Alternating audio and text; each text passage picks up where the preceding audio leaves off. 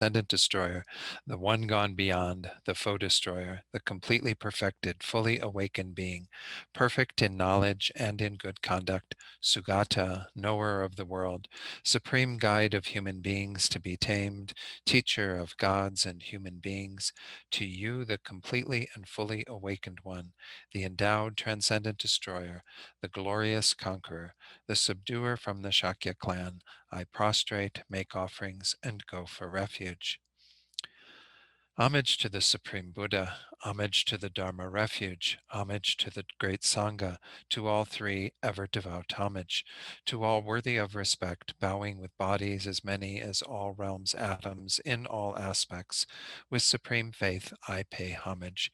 So now we recollect the teachings of the Buddha, the basic teachings, as well as in the second part of the screen there, these are some verses from the Vajracutter Sutra that help us to remember the transitory nature of things as well as their empty nature, which is, of course, the main topic we're going to be exploring as we go into the perfection of wisdom today and in the remaining classes in this series.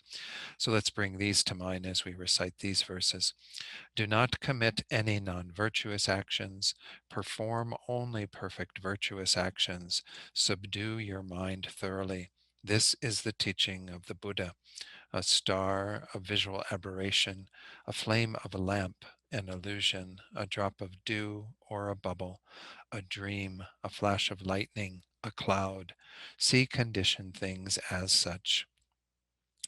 Through these merits may sentient beings attain the rank of all-seeing, subdue the foe of faults, and be delivered from samsara's ocean, perturbed by the waves of aging, sickness, and death. Then we do a short mandala offering. It's, again, very traditional in the teachings to make some sort of offering before receiving the teachings, but we can think we're making this vast pure offering to the Buddhas, our gurus, all these holy beings. Again, because we know that we need them in our lives to continue to provide us guidance, just as His Holiness did last Sunday in his amazing teaching and so on. We need these beings to continue to help us to develop our own minds, our own qualities, remove all of our negative tendencies. So we're making this vast pure offering with the intention that we continue to receive their inspiration and blessings so that we can accomplish the path to enlightenment quickly. This ground, anointed with perfume, strewn with flowers, adorned with Mount Meru, 4 continents, the sun and the moon, I imagine this as a Buddha field and offer it. May all living beings enjoy this pure land. Idam Guru Ratna Mandalakam Niryatayami. And then the final verse that we'll recite together is Refuge and Bodhicitta, bringing to mind these two thoughts. We'll recite this once in English and then twice in the Tibetan. I go for refuge until I am enlightened to the Buddha, the Dharma, and the Supreme Assembly. By the merits I create through listening to the Dharma, may I become a Buddha in order to benefit all sentient beings. Sangye chodang soki choknam la jangchu bardu dakni kyabsu chi daki chanyen gipe sanam gi dola penshir sangye drupar shog sangye chodang soki choknam la jangchu bardu dakni kyabsu chi Daki Chunyan Gipe Sanam Gi Dola Penshir Sangye Drupar Shog. Okay, wonderful. Thank you, Mary. Let's go ahead and do a short meditation as usual. Give ourselves a chance to kind of let go of whatever distractions we might have in our mind by focusing on the breath for the first few minutes in silence. So we just completed our discussion of the perfection of concentration. So again, bring to mind some of those teachings. Recall how we're trying to develop this single-pointed concentration. Use the breath in whatever way is suitable as an object to focus on. Keep in mind the mindfulness that holds the breath or holds the attention there on the breath, and then the introspection that kind of checks in occasionally to see the quality of our meditation. And if we check in and we see that we've wandered away from the object, gotten distracted, then we correct that. again, and there are a variety of ways to do that. I don't need to review all of that, but just keep these all in mind as we do these few minutes of silent meditation. And then I'll come in and I will lead you in a short reflection to strengthen our bodhicitta motivation before we begin today's class.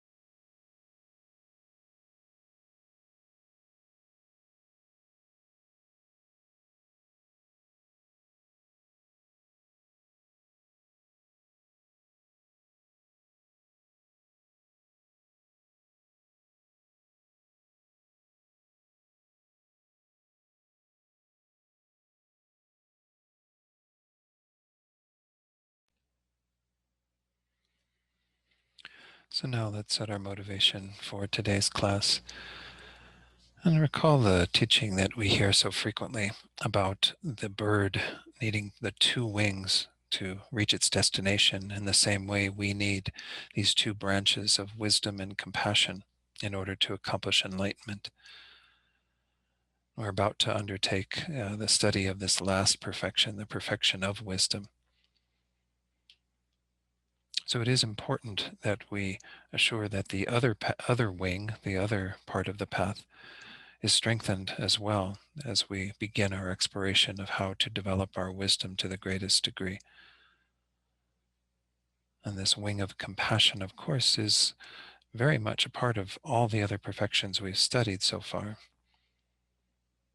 But it's rooted in the great compassion that wishes to help all sentient beings to be free from suffering, and the great love that wants all sentient beings to be free from, or to have all of what brings them happiness, to attain their greatest welfare, and wants to become a cause for doing that.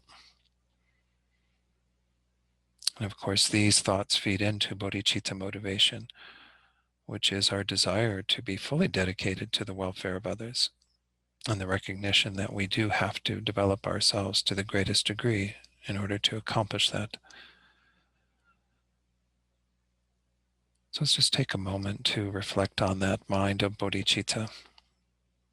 Think about how all sentient beings are simply the same as us and wanting to be happy, wanting to not suffer. And moreover, every one of them, as long as they are still in samsara, are still not free of what binds them in this unsatisfactory state that keeps them from having true happiness, keeps them in a state of suffering. And the recognition, moreover, that all of these beings have been incredibly kind, been kind directly in lifetimes where they were our dear mother, father, and all those close ones who helped us in so many ways, that they also are kind indirectly, and all the things that they do that support us, that allow us to have food, clothing, homes, cars, all the various things that bring us some benefit. We rely upon others for those. So now, at this moment that we've attained this perfect human rebirth, that we have met with the Dharma teachings, and moreover, the teachings that allow us to develop ourselves to the state of Buddhahood, we dedicate ourselves to doing this for the sake of these beings, a way to repay their kindness by dedicating ourselves to accomplishing the path, to achieving Buddhahood, so that then we can help each and every one of them to attain the happiness they seek, to be free from all suffering and dissatisfaction. So this is that wing of compassion, that method wing that allows us to have the energy to continue on this path day in and day out. And then as we're going to go into today, we will unite this with the wisdom wing, which is the actual means to develop our own minds and become more qualified to help others. So kind of bring these two thoughts together in your mind, both the wings of compassion and wisdom, the desire to develop your own wisdom so that you can accomplish this compassionate wish to benefit all.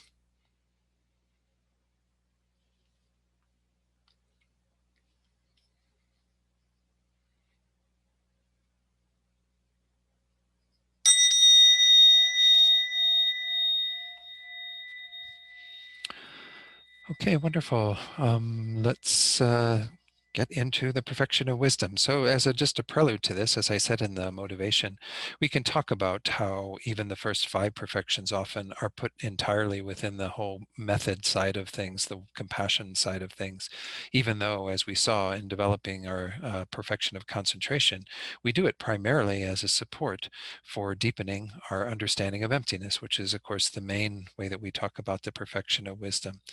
But nonetheless, all of these can be seen as like the kind of, again, the methods, the way in which we are able to prime our mind so that we can then unite it with that wisdom.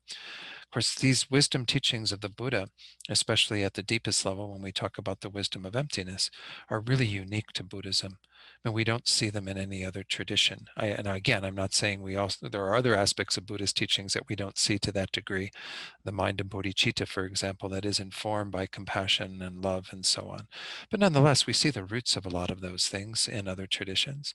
Even when we look at the other perfections, we certainly see giving, charity, generosity as being emphasized emphasized in a lot of traditions.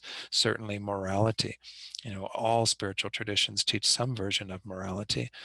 When it comes to patience, again, they might have differing teachings, but certainly we see in the teachings of Christ, for example, his uh, uh, kind of teachings to love one's enemies, to turn the other cheek, all of these sorts of things are very much in line with a lot of what we teach in Buddhism around patience.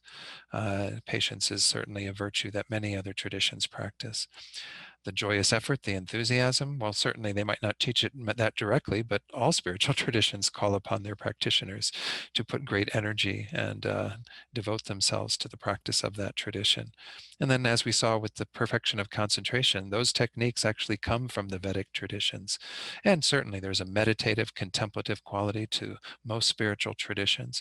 So we do see that many of these first five do have similarities within other spiritual traditions. Of course, they're all done with bodhicitta. Again, that's what makes them perfections. That's what makes them the practices of a bodhisattva. So they are elevated in that regard, but nonetheless, the roots are very similar. Now, every tradition also, I would say, to some degree, has a wisdom aspect. But the level to which Buddhism encourages us to investigate things is way beyond what I was encouraged to do in my years as a Catholic. Admittedly, not so many years, because I left the Catholic Church when I was quite young. But in many spiritual traditions, they don't really encourage people to take a very hard look at things. And Buddhism is rooted in this idea that we have to stop taking for granted that things are as they appear, that we have to do a deeper investigation. And so this is what we're going to be going into in terms of this perfection of wisdom. So let me go ahead and pull up the slides, and we'll begin a little slideshow with my commentary here and there on various things. Again, these were the recap of just the six. If I think most of you have been at these previous classes, so I already touched on these in my little introduction to this topic, so I don't need to look at them again. This is a description that's given. I've been quoting frequently Geshe Loden's book, a contemporary Lamrim book. He says, generally, wisdom is a mental factor. Again, we saw that with concentration too, right? These are mental factors. Mental factors are these components of our mind that we're isolating through our kind of thinking about various functions of the mind, attributes of the mind. Here, this factor of wisdom is able to correctly discriminate the object of analysis. Now, that's kind of a general way of describing it. We can have an afflicted wisdom. We can analyze things incorrectly or look at things incorrectly. But in this context, when we use the word wisdom, we are going to be talking about that correct discrimination. The way that we actually see things as they are at a conventional level as well as at a deeper level and ultimate level. And then, of course, as we saw with all of these, when this wisdom is conjoined with bodhicitta motivation, it becomes a perfection of wisdom. So recall once more that all of these things we're calling perfections in this course are not perfected by the bodhisattva in that state of being a bodhisattva. They are perfected in the state of Buddhahood, but we give the name of the result to the cause. And so the cause of attaining the perfection of wisdom at its greatest degree, which is the mind, wisdom mind of a Buddha, is practicing it as a bodhisattva and even practicing it prior to being a bodhisattva. So all the work we do, developing this perfection of wisdom ripens into the mind of a Buddha. So then he goes on to say the practice of special insight is the cultivation of a particular type of wisdom. That is, the wisdom discerning the true nature of phenomena. So we touched on special insight briefly in the concentration course, right? Because we looked at this idea that the reason why we cultivate this deep concentration, the state of calm abiding that we went into and looked at all of the various teachings that support developing that, is so that we can attain the union of calm abiding and special insight, or what we call shamatha and vipassana.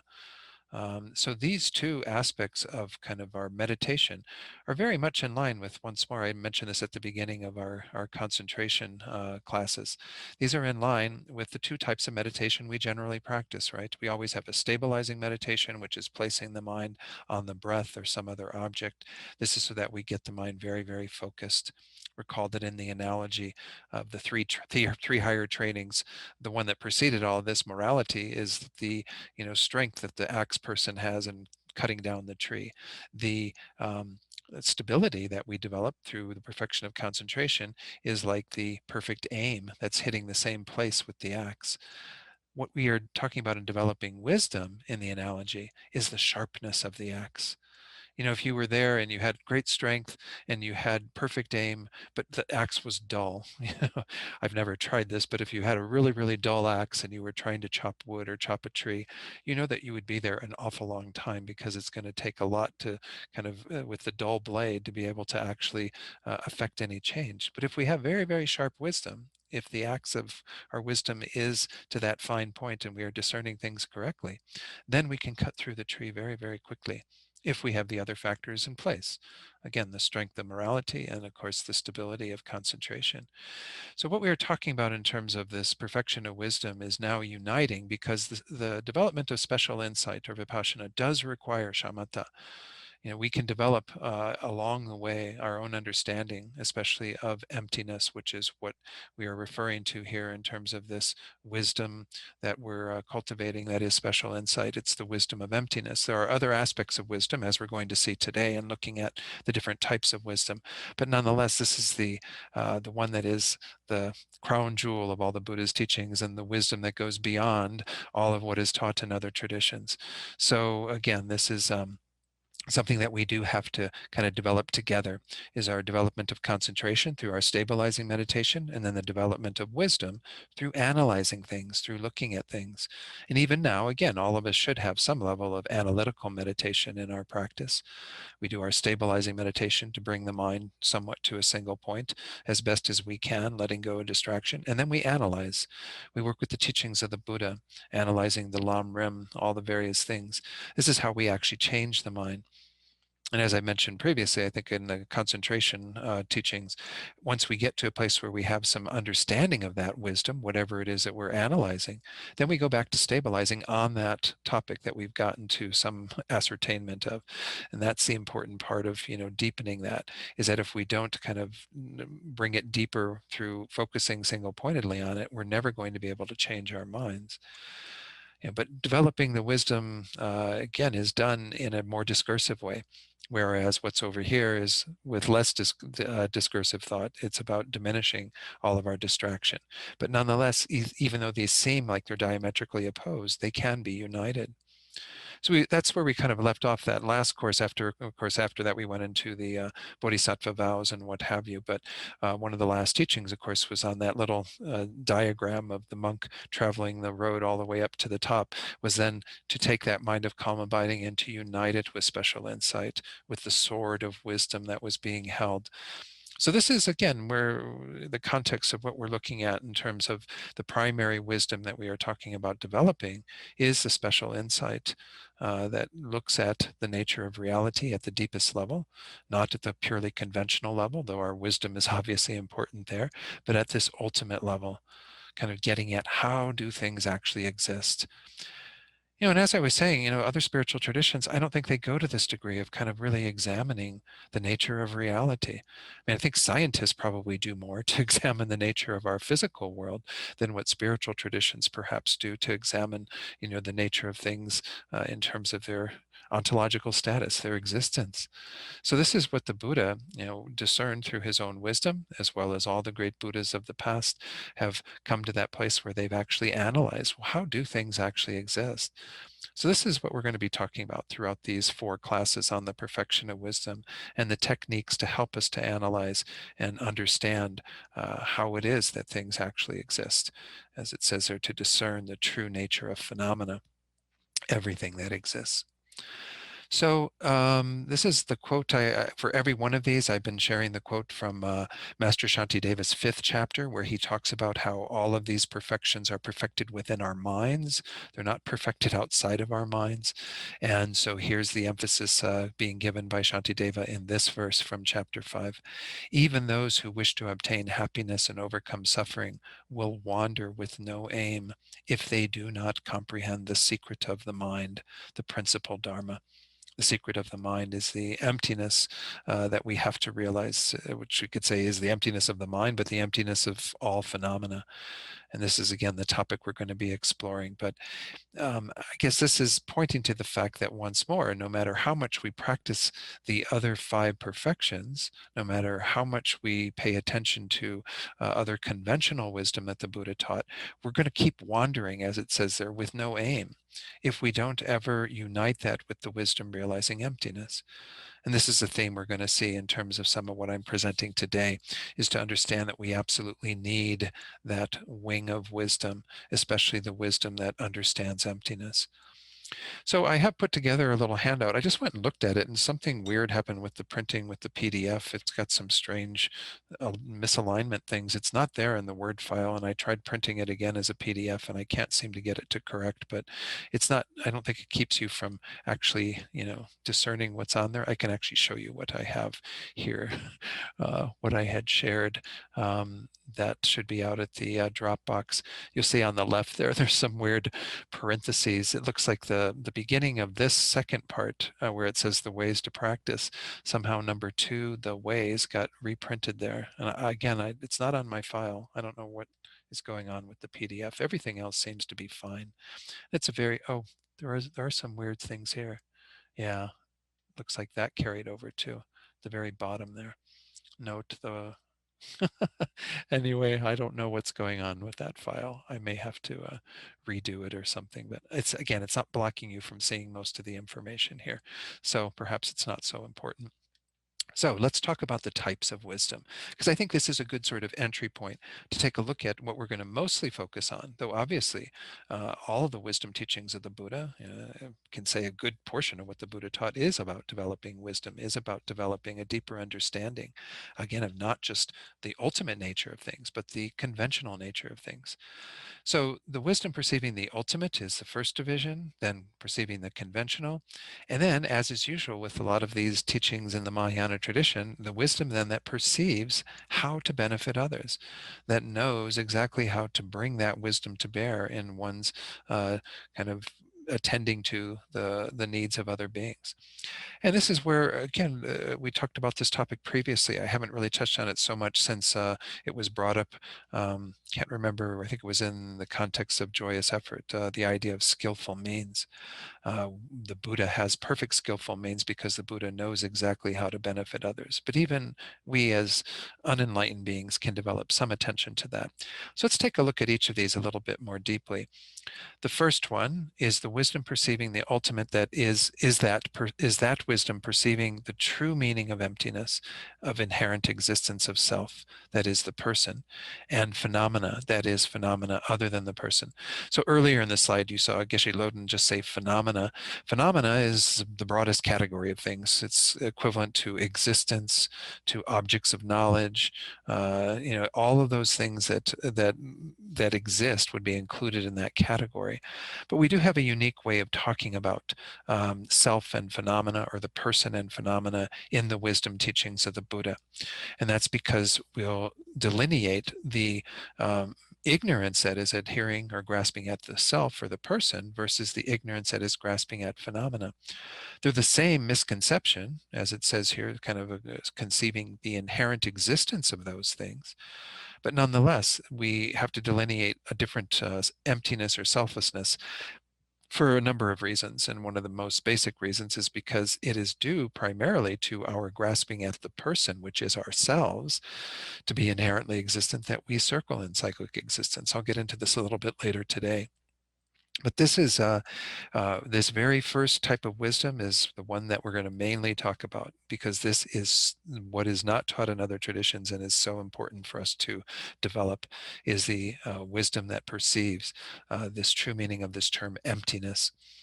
So emptiness, in the Sanskrit, it's shunyata, which has the exact same meaning, but they often use other terms for this in English, such as voidness. We certainly use the word selflessness.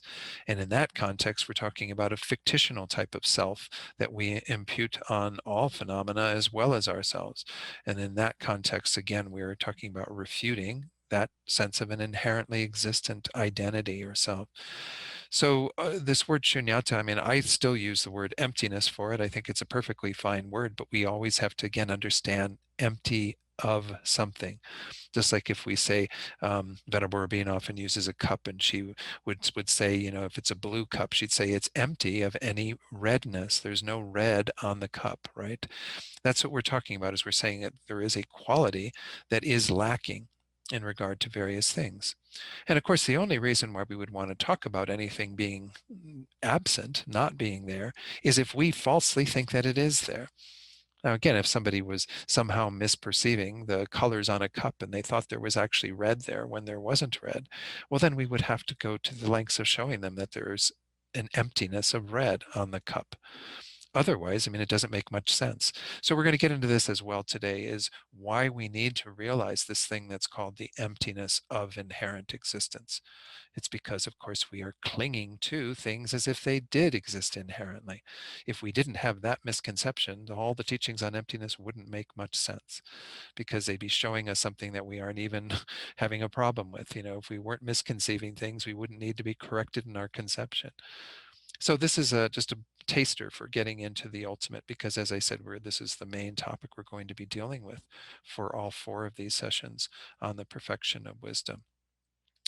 So I'm going to share a little bit more of what Geshe Sopa says in his commentary on the perfections in his 3rd volume of his comment. This is Steps on the Path to Enlightenment, the volumes of commentary on the Lamrim Chenmo by Tsongkhapa. It says, according to Buddhism, the ultimate truth is selflessness or emptiness.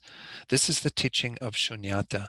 Simply put, the wisdom that knows the ultimate truth is the realization of selflessness.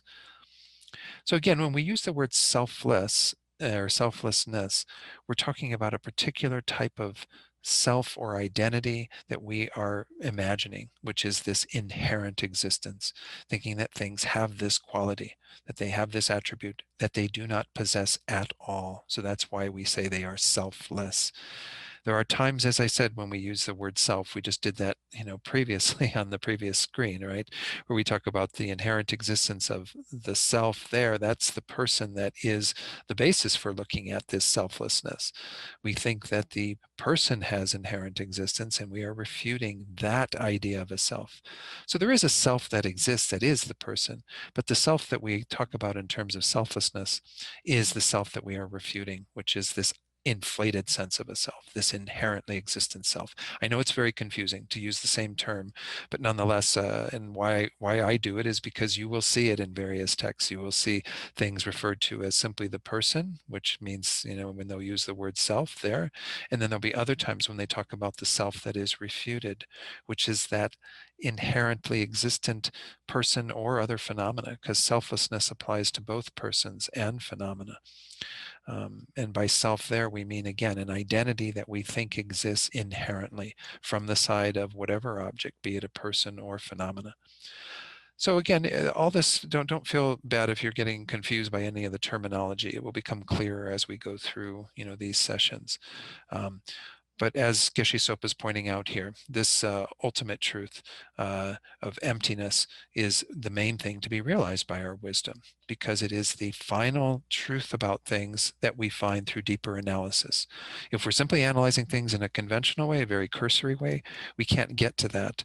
We have to do a deeper analysis that actually investigates into how things actually exist, and do they have the quality that we falsely think that they do possess. And we find that they are empty of that. All right. Then he goes on to say there are 2 ways to realize shunyata. The first is understanding an image of selflessness with discursive thought, and that's what we're simply going to have to be working with for the time being, because we don't have the strength of concentration and ability to know it in a much more direct way. In the beginning, he says, we understand selflessness from study, reasoning, and analysis. That's why, like I said, it's one of the most important topics that we do analytical meditation on, so that we begin to discern what the true meaning of emptiness is. So when it says here, the first is understanding an image of selflessness with discursive thought. Let me talk about that just a little bit. This gets into the topic that sometimes described as Buddhist epistemology, how the mind knows. And we have kind of 2 different states of mind in general that we can talk about. One is our conceptual mind, which is what we're mostly talking about here, and the other is what we call our perception, perceptual mind. Conception and perception are two different ways of knowing. Our five sense consciousnesses, your eye consciousness, ear, nose, tongue, body consciousness, they have direct perception, or perception of things immediately. So right now you have the colors on the screen, the shape and everything, all of this appearing to your eye consciousness.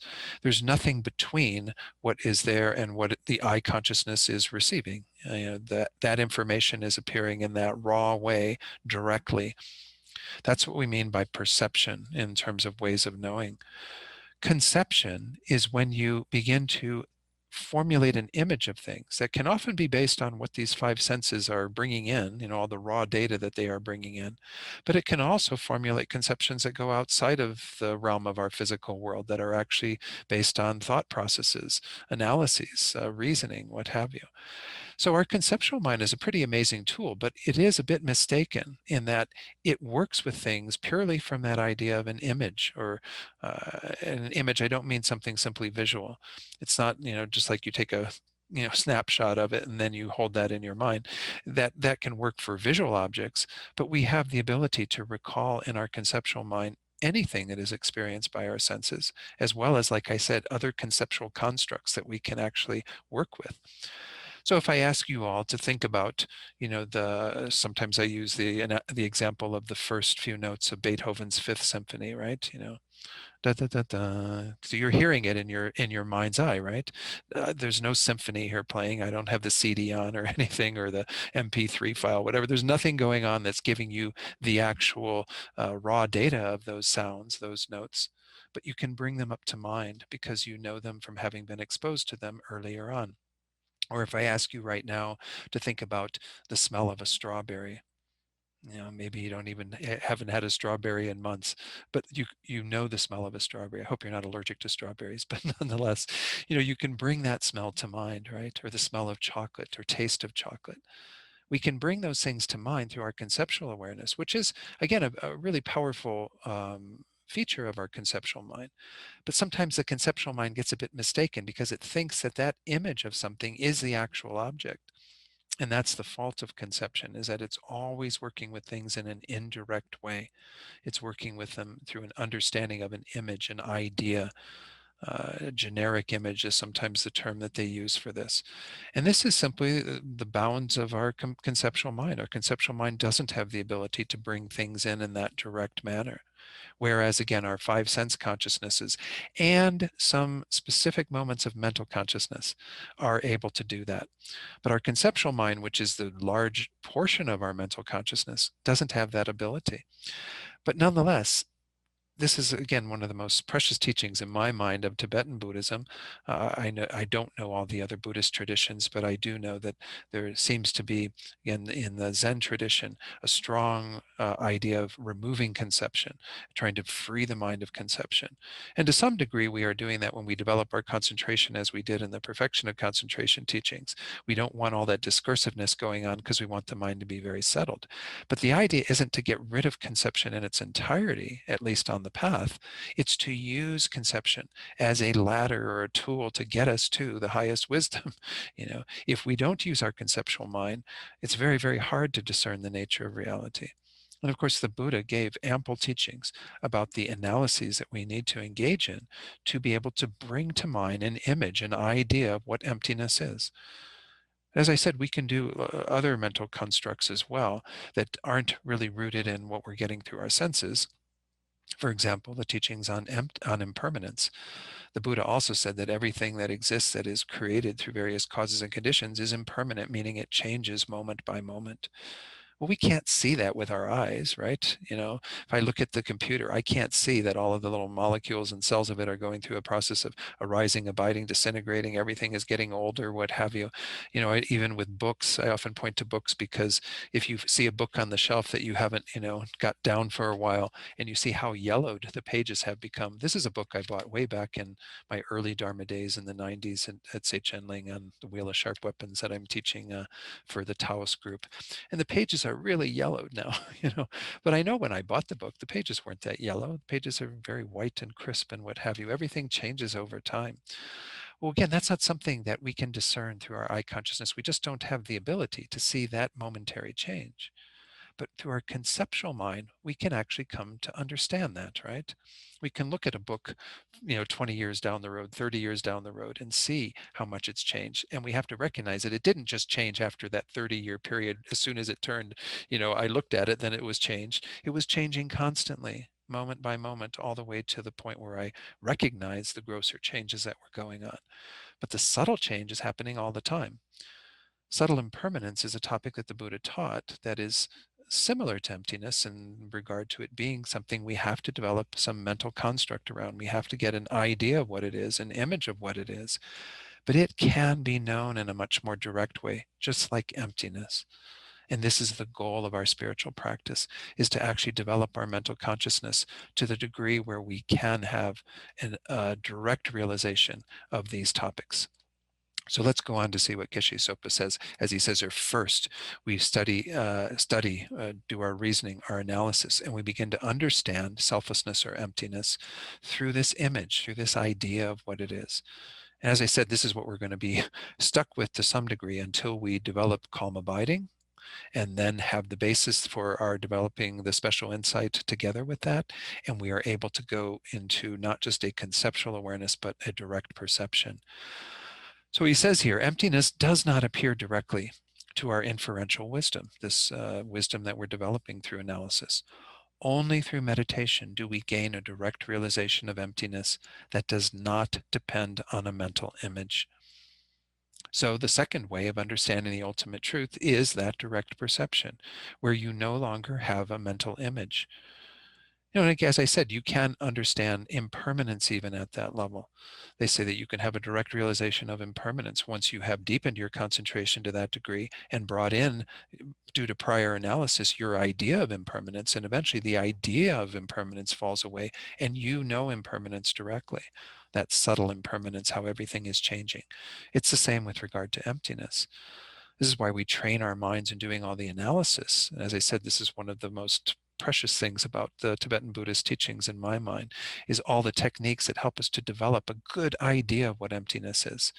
It's not the actual object emptiness yet because we're not knowing it directly, but it is exactly a mirror of it that gives us the understanding that will generate eventually that direct realization. But they say that in deep meditation, when you do have that calm abiding as a support and you unite it with this special insight, first you get, of course, the union of those two, realizing it conceptually, and then eventually the image falls away. They say that this experience, it happens on what's called the path of seeing. I'm going to be doing a course on the paths and grounds starting in March on Wednesday nights, kind of looking at the whole structure of how the Bodhisattva develops their minds all the way to enlightenment, how they engage in all of these practices and so on. When they reach what's called the path of seeing, which is that initial seeing of emptiness in this way, they say the experience is like water poured into water. The object of emptiness that one has been meditating on that seems so kind of, distant from the mind, it seems separate from the mind, that object of emptiness merges with the mind, as they say, like water poured into water, where they become indifferentiable. You don't really have the strong sense of a subjective awareness and an object being known. The two merge, and you have this total transformation of your mind that occurs. That's the beginning of your moving out of samsara, moving towards enlightenment, liberation, enlightenment, what have you. So again, maybe I'll talk about that a little bit later more, and certainly on Wednesdays in March and April, I'll be going into that in much more detail. But that's, a big landmark occasion for the Bodhisattva. That's when you get to the other side of that, there's no going back, of course. You've got a wisdom consciousness that has been developed very, very deeply because of that direct perception. That's the goal. We call those actually when we talk about Buddhist epistemology, we call those yogic direct perceivers, because they're practiced and attained with these yogas, these meditative yogas. Again, not physical yoga like people do with their body. It's the yoga that is done mentally. The word yoga actually comes from the word yoke, to join, and so that yoga is, again, joining your mind with whatever it is you're meditating on, whatever it is that you're focusing on. And the deepest joining of those is what happens when we realize emptiness directly. So I know this is a bit jumping in the deep end for today, but I thought I would point that out, that, I mean, this is where we're headed with all of this wisdom, is to work with it conceptually as best as we can, to be able to discern the idea of emptiness, the image of emptiness, so that we have that understanding, and eventually to have that fall away so that we can have that experience of everything kind of merging together that is irreversible. That shows that, again, this is truth, and one will continue to deepen that understanding of that truth until attaining Buddhahood, removing all the various things that cloud our minds, all the various levels of ignorance and what have you. So there was because of impermanence and the lack of inherent existence, that's why our minds can be purified, isn't it? Yes, Amanda, thanks for pointing that out. It's because our minds don't have any inherent nature, which we're going to be exploring this idea. What do we mean by inherent nature or inherent existence? But because they aren't fixed in from their own side and existing in some sort of concrete, independent way, they depend upon other factors. And therefore, those factors can be changed and the mind can transform. And certainly impermanence is a part of that. There was a question actually last Sunday, right? Many of you heard that from our dear friend Venerable Doma, she was at here in Santa Fe for a number of months. Can't remember what year that was. It seems all the years kind of blend together. But she asked the question from Tushita, where she's resident teacher now, um, uh, whether the realization of selflessness and the realization of emptiness kind of have some, well, she was getting at the idea that, is it enough to have the realization of selflessness to open up the door to emptiness? And His Holiness was very adamant in saying, no, not completely. And it does make sense because, again, you can have a realization of impermanence without a realization of emptiness. Nonetheless, if things weren't empty, they wouldn't have any impermanence. They would be unchanging. They would be, static and existing in a very fixed way. So there are some ramifications that we'll look at as we go through this examination of emptiness, in terms of, if things weren't empty, then they couldn't be impermanent. But understanding impermanence alone isn't enough to get to the deeper level of understanding emptiness. And even when we look at all the various philosophical schools that developed, after the Buddha's passing, we see that there are many, all of them hold to the teachings on emptiness. This is one of what are called the Four Seals. All compounded phenomena are impermanent. That means that essentially everything that is created from causes and conditions, such as, books and phones and computers and bodies and minds, everything that is arising from causes and conditions is subject to that changing factor. The fact that it doesn't stay the same for even a moment. Momentary change is always happening. So all Buddhist philosophical schools or systems teach impermanence, but not all of them teach this degree of emptiness or selflessness. This is only the highest level of teachings, what are called the consequence middle way school. The middle way school being the top one of all of these four systems, and then within the middle way school, what's called the consequence middle way school, that gets to this finest view of emptiness or selflessness. I'm not going to go into all of those other ones as part of this Sunday course, but just know that, again, if you do partake of the tenets course, which Venerable George is teaching, I'm not trying to plug all these courses. I'm just letting you know that there's all this information on the horizon, that you'll be able to explore these ideas with an amazing teacher, Venerable George, who some of you probably had some teachings from previously, because he also came to TNL and did a couple of teachings. So just know that, again, there's a lot of more information than what I'm going to be able to present, but absolutely emptiness and impermanence very much help in terms of our understanding of impermanence is a doorway to getting at the deeper investigation into how things actually do exist. But even just to become aware that this is going on all the time, of things constantly changing, it is that process of beginning to question, well, how do things actually exist? Where does their identity come from? So going back to what Geshe Sopa was saying, eventually through deepening one's meditation, one can then have that experience of that yogic direct perception. And this is the goal, again, of all of our spiritual practice. As I said, something that is unique to Buddhism. While the teachings of developing that deep meditation are there from the Vedic traditions, they never united that deepening of concentration with the understanding of emptiness.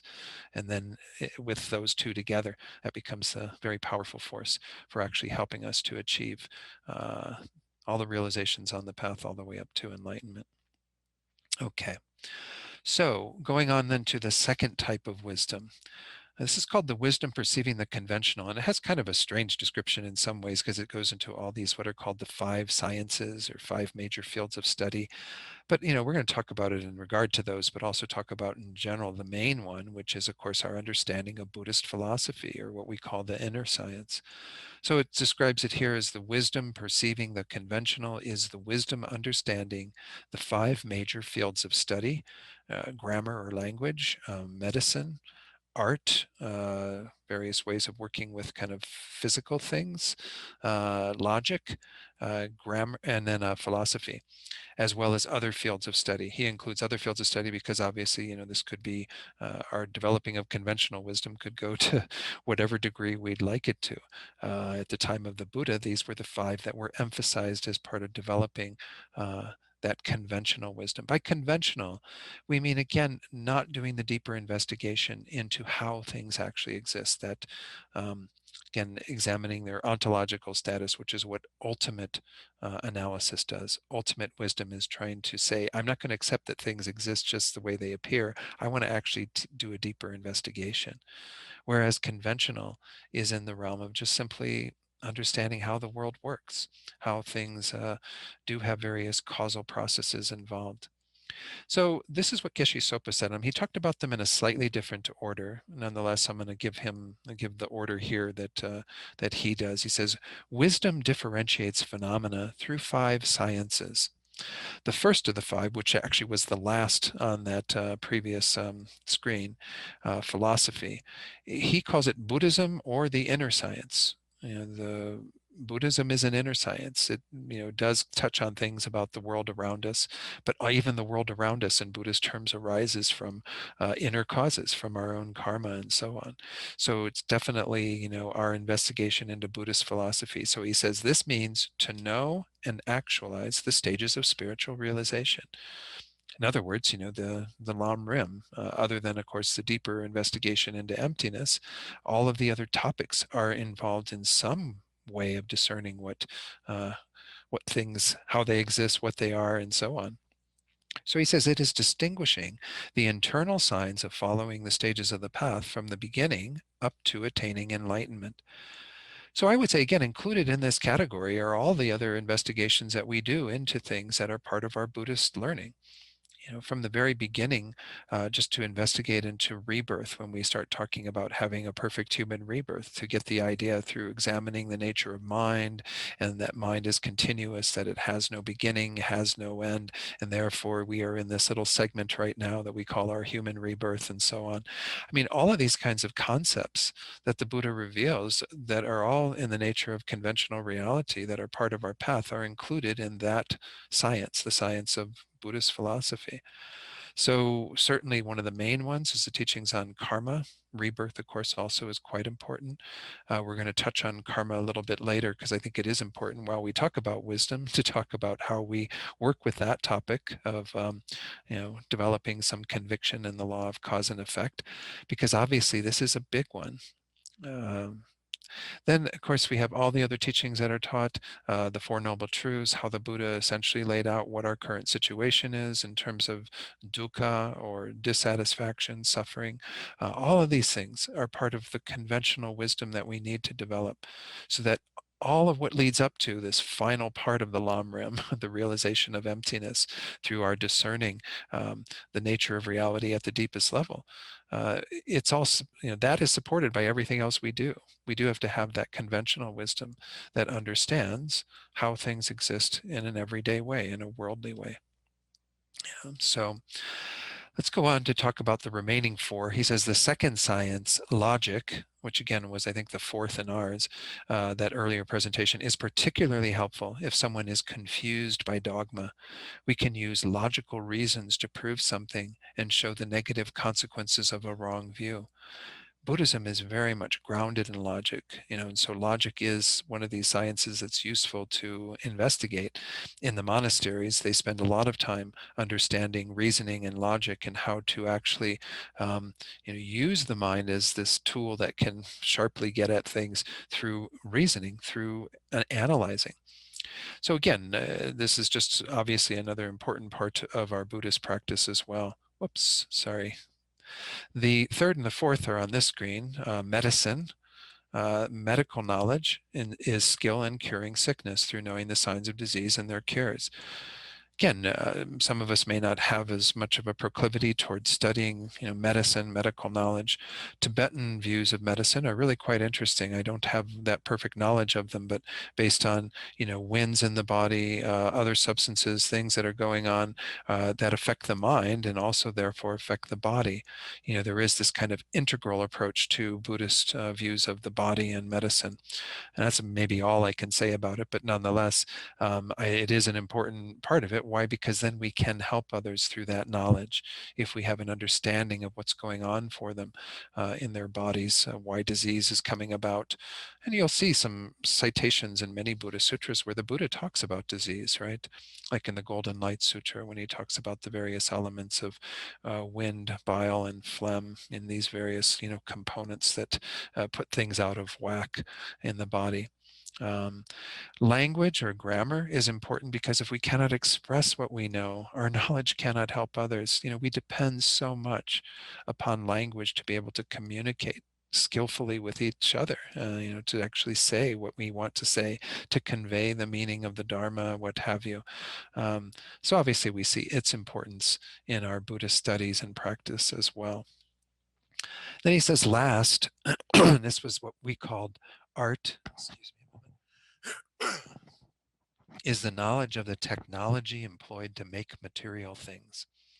So by art, we mean all the various things that help us to manipulate our physical world, not just into beautiful objects that some of you do, I'm sure, through your artistic work, but also just, how we produce the things in our world, the buildings, the things we use, what have you. So it's a bit broader than just what we mean by the arts. But to do anything skillfully, he says, we must have the common sense wisdom of knowing how to do it. Doesn't mean we have to learn everything that there is to know, plumbing and what have you, but nonetheless, to have some ability to work with the physical as well is really important, because that also gives us an opportunity to help others to create places where they can again have things that support them in their learning and what have you. So again, I don't know, these are brief descriptions of each of these. Obviously, the most important is Buddhist philosophy and, studying the inner science. So Geshe Sopa says in regard to these, the purpose of studying these 5 sciences is to benefit other sentient beings. The reason that these 5 types of knowledge are mentioned in particular is that they assist bodhisattvas achieve their aim to help other sentient beings by leading them to emancipation or complete enlightenment.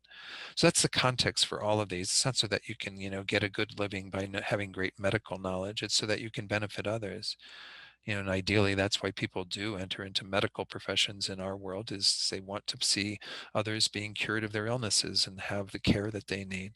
But obviously, we live in a very monetary world, and that's obviously a part of it. But our main motivation for any of our investigation into any of these 5 should be to benefit others.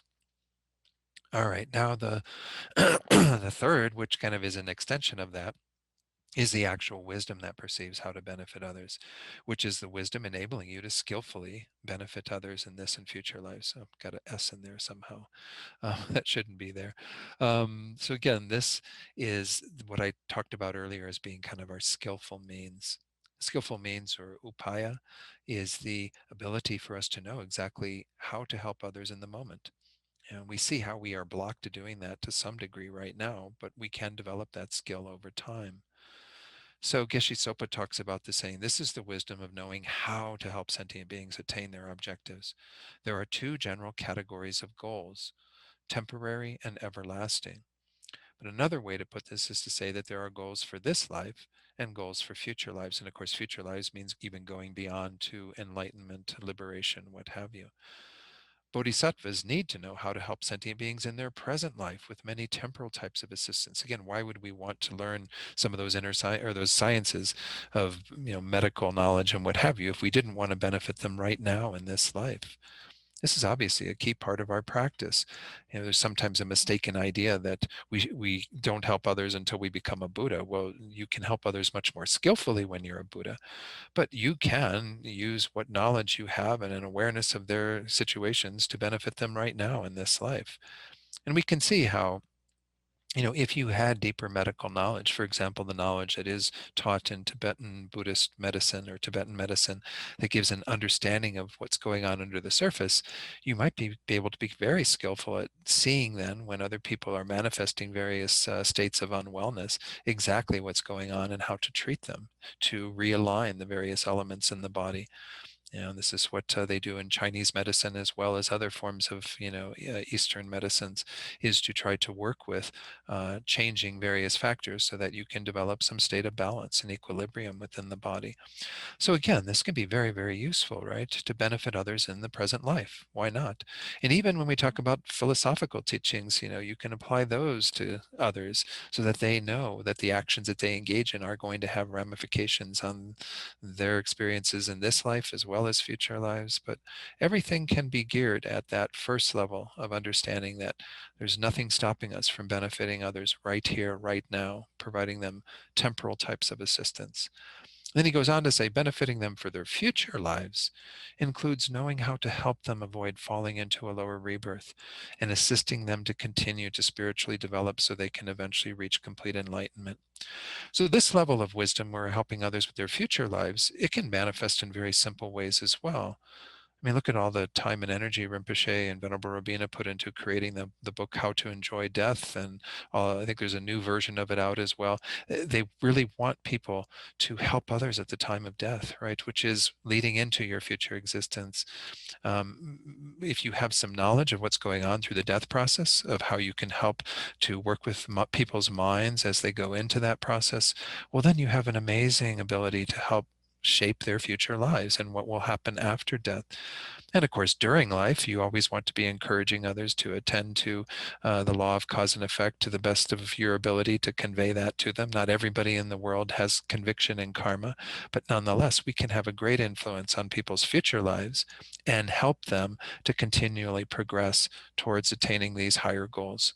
The goals that we often call definite goodness, of liberation and enlightenment, more definite states of goodness. Whereas good rebirths, you might get them and then lose them. But nonetheless, if you attain liberation or enlightenment, then you're more set in terms of never degenerating from those levels. So wisdom has a lot of different aspects. Again, we saw wisdom initially in regard to the ultimate, which again is the main thing we're looking at here, analyzing for the nature of reality, finding emptiness. Then we had it at the conventional aspect, which again had those 5 different categories, but we can include any conventional knowledge in that. Knowledge of our world and how the world works at a very, again, I don't want to use the word superficial necessarily, because some of it is actually a bit deep, but nonetheless, to be able to discern that so that we then have that knowledge and ability to help others, which is the third type of wisdom, to know how to skillfully apply these teachings in our relationship with other beings. So let's take our little break. It's 11:05. At 11:15, we'll reconvene. I'll ring the bell from here to round everyone up again. So, and then I'll take a look at the questions and comments in the chat box as well. Okay, see you soon.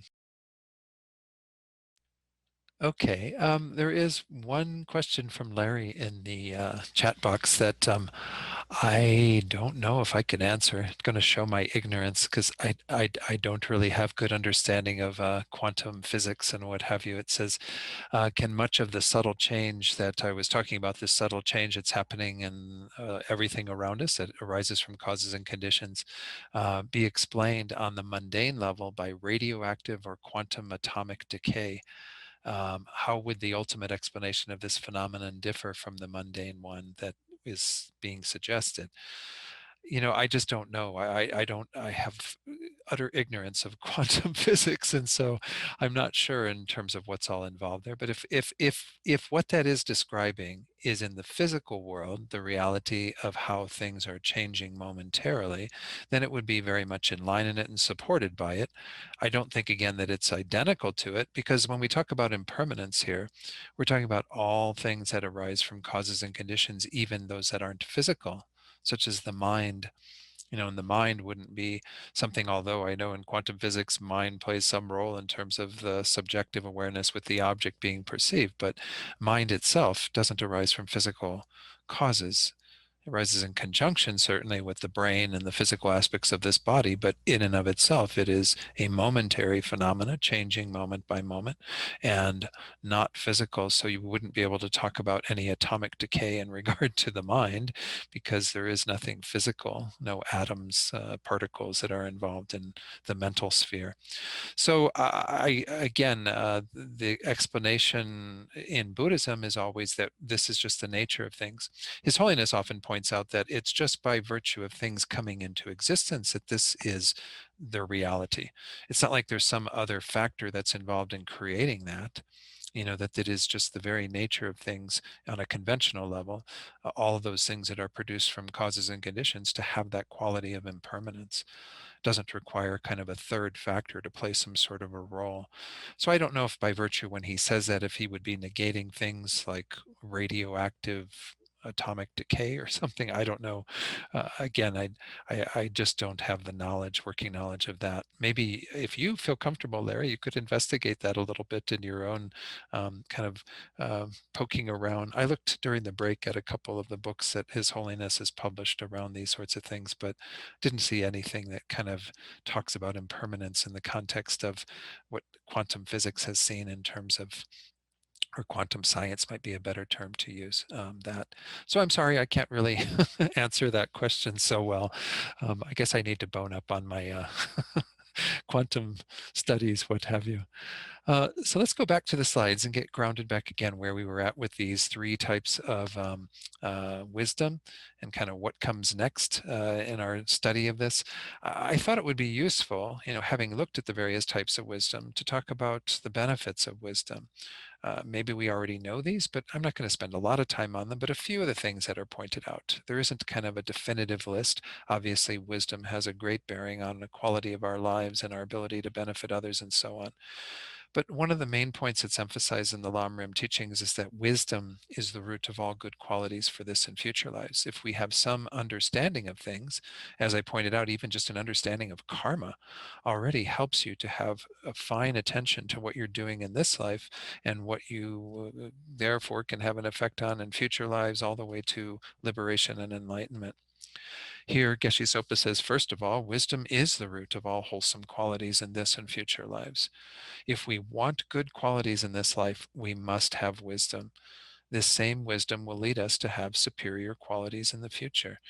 That's one of the karmic effects, of course, of developing our wisdom, is that the more we investigate things and apply the wisdom teachings of the Buddha, the more that karma is created. This is the very nature of our minds, is that we do have an influence on our future thinking and our future processes by doing things with our minds now that are different to what we've done habitually, the ignorance we've had, and so on. So all the qualities that we develop will come from some level of wisdom. Wisdom, again, is behind our morality in Buddhism because of the teachings on karma. So by virtue of that, how do we have an effect on this and future lives? Certainly by developing wisdom. Without wisdom, which are like eyes, the other five perfections are like a blind person. So you can practice the other five perfections to a great degree, right? You can have even your bodhicitta motivation for practicing giving and good morality. You can become the most patient person in the world. You can have incredible enthusiasm. You can develop that deep concentration. But they're blind if you don't have the eyes of wisdom, if you don't unite them with this sixth perfection. As I said, the other five are often put into that category of more method, that wing, compassionate method. And the wing of wisdom is this perfection of wisdom.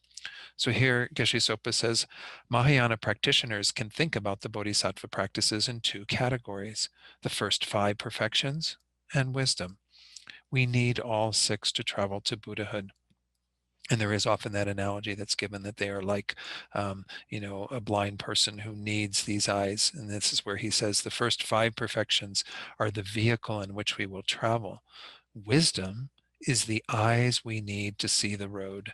Without wisdom, the other five are blind. They will fumble around unskillfully trying to attain the goal. So again, this is the frequent analogy for these other five. We're not in any way diminishing their importance. We're just saying that without wisdom, they are a bit stuck in terms of you could practice them forever. But if you never develop the wisdom, especially the wisdom realizing emptiness, you're never going to get to the deeper goals of liberation and enlightenment. With wisdom as our guide, though, we can practice generosity and other meritorious actions properly. Wisdom directs our purpose, sees the nature of the goal, its advantages. He put its advantages and disadvantages in the book, but you don't have disadvantages of wisdom. You have the advantages and then the disadvantages of not having it, the obstacles to reaching it, and how to accomplish it. So again, when we have wisdom, then we apply it to what we are doing. And this whole path is, again, a path of wisdom. The entire Lam Rim teaching us the conventional wisdom and then eventually the ultimate wisdom.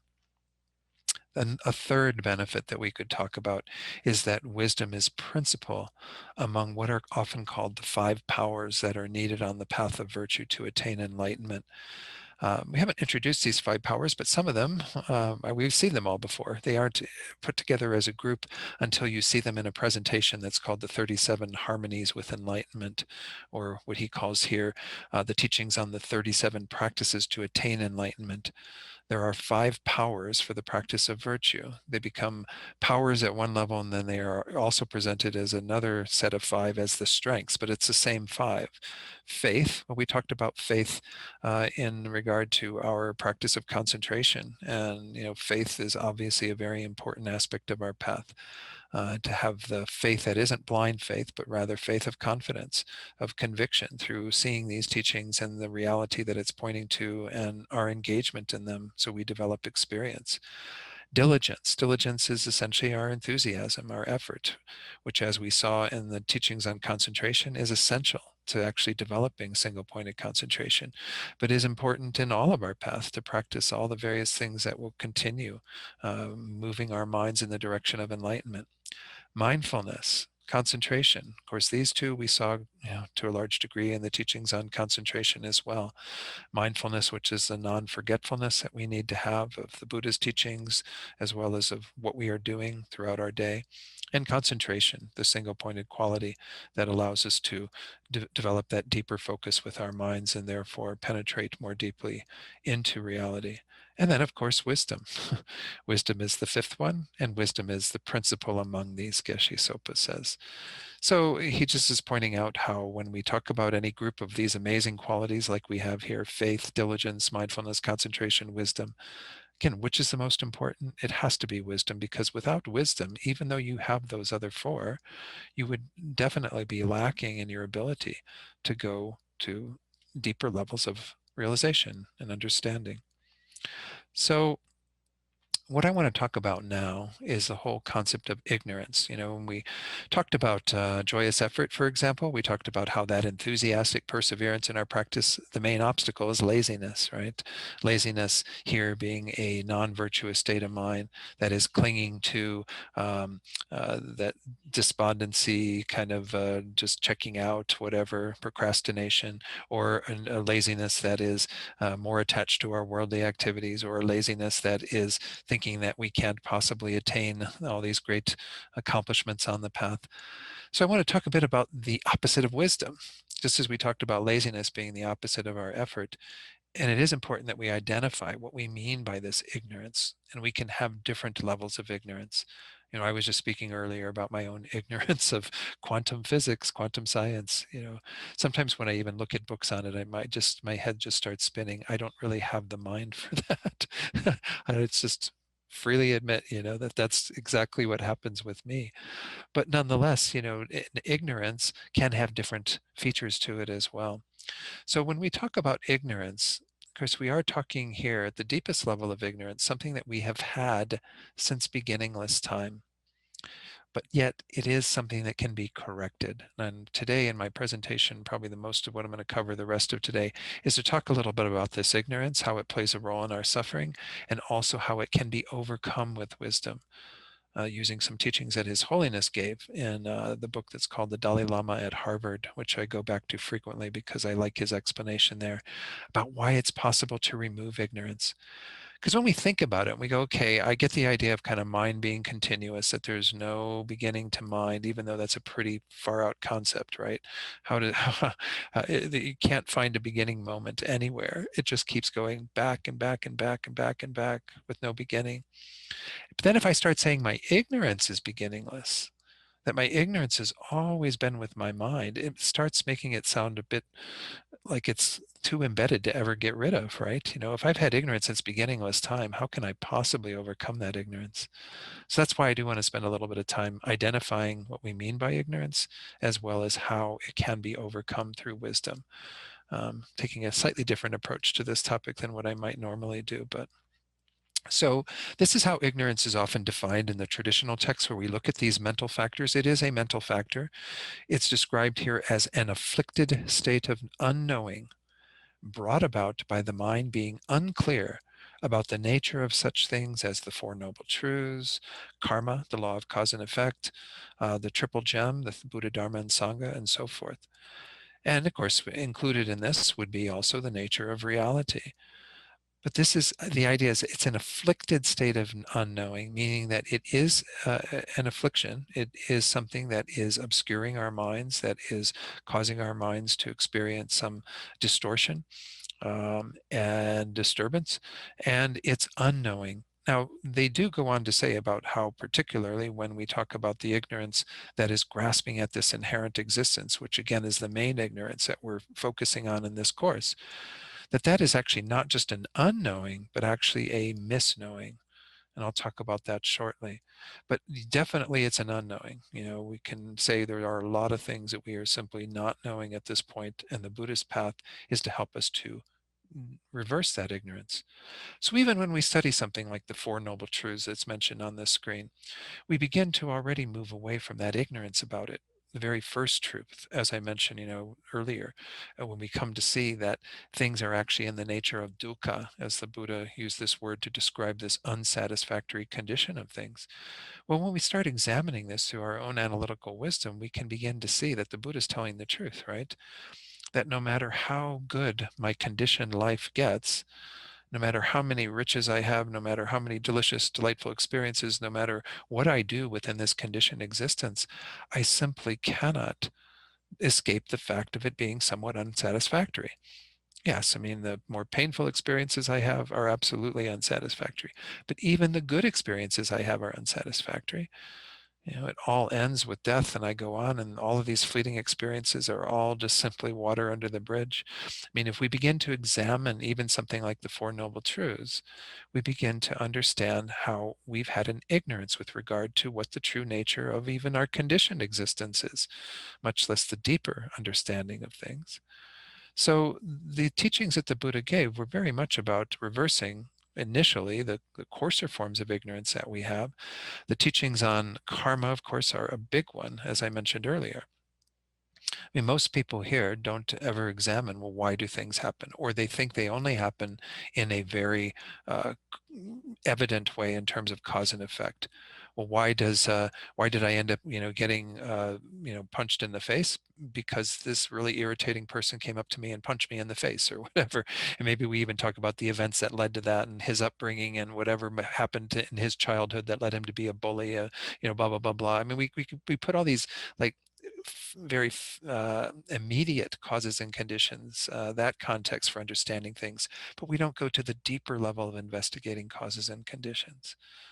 And in Buddhist terms, the play of karma is pointing to the reality that we create all of our experiences without a doubt. If we get punched in the face, or if somebody gives us something, really beautiful and wonderful, or if whatever the case might be, all of these are karmic ripenings. Now, when we start getting into this idea of, some things not being so evident to us that we have an unknowing, this is where we might begin to need to classify phenomena in terms of how the Buddha said what our world consists of when we talk about everything that exists. The biggest category is, everything that's evident to us, what we call manifest phenomena. Now, manifest phenomena, we can understand these very clearly. If I say, again, the color blue or the sound of a trumpet or whatever it might be, we can experience these things and we can know them because they're manifest and we don't need to have any real guesses about them.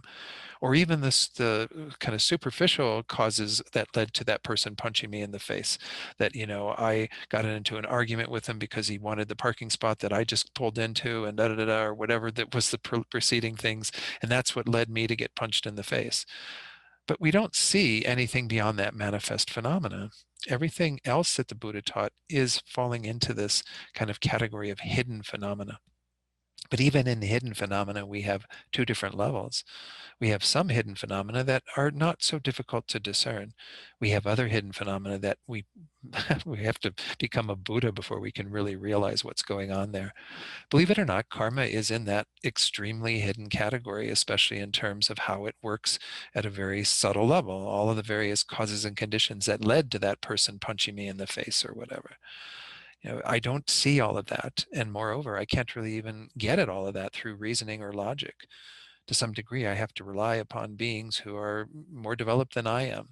They say when you attain Buddhahood, of course, you attain an omniscient state, and you have the ability to get to all of that extremely hidden phenomena. That's why the Buddha was very skillful in being able to tell people, that he was giving advice to exactly what needed to be done in order to correct things, in order to address what was ripening karmically for them.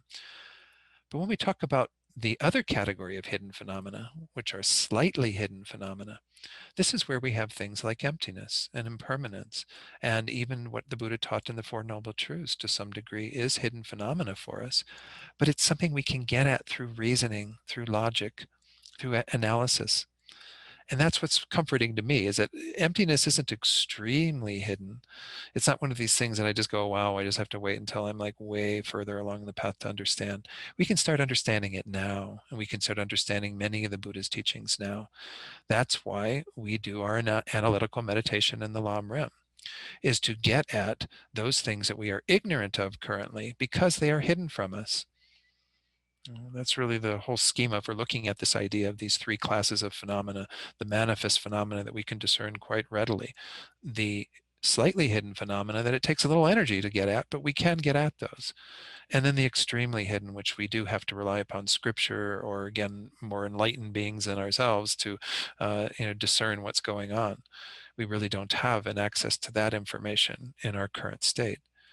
So this is, again, a nice way to look at, I think, of what it is that we're trying to do in our Buddhist path. Most of the work, we have to develop some conviction in these extremely hidden phenomena like karma, but we can't go to the degree of proving them through our reasoning as we can with those things that are just slightly hidden.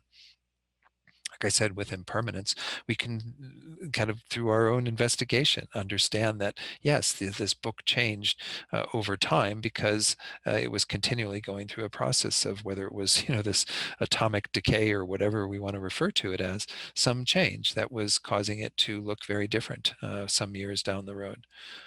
But it's happening all the time with everything around us, and we can come to that understanding through a reasoned analysis: how our bodies are changing momentarily, how our minds are changing momentarily, and so on. And we can do the same with emptiness. We can do that deeper investigation that will overcome that ignorance that is not knowing how things exist at their deepest level. So again, I just thought I would point that out in terms of looking at this description of ignorance. So the main ignorance, of course, that we're going to be talking about is the ignorance that doesn't understand the nature of reality. And there are more specific things in the study of minds and mental factors on that, but I won't be going into all of that.